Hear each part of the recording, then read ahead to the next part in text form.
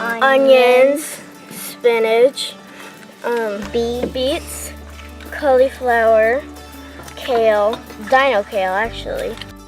For a lot of these kids, this is their first exposure to the out of doors, to plants and animals, insects.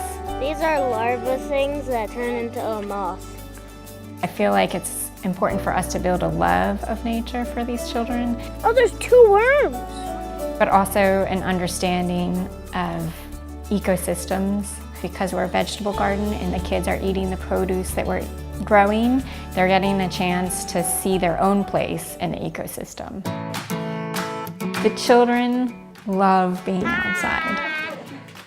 That's one of the most fun parts about the program. A lot of the times the kids haven't been outside all day and they get here and they get to be outside, and we walk up the road sometimes from the cottage up to the garden, and that's always really fun.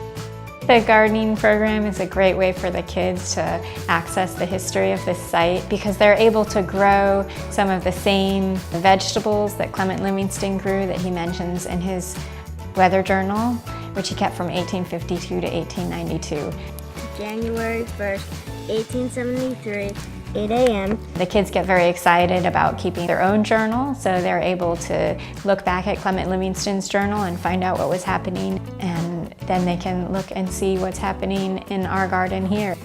Through this program, the kids are really able to open up their experiences of eating and food. A lot of the snacks that we eat, the kids have never had before.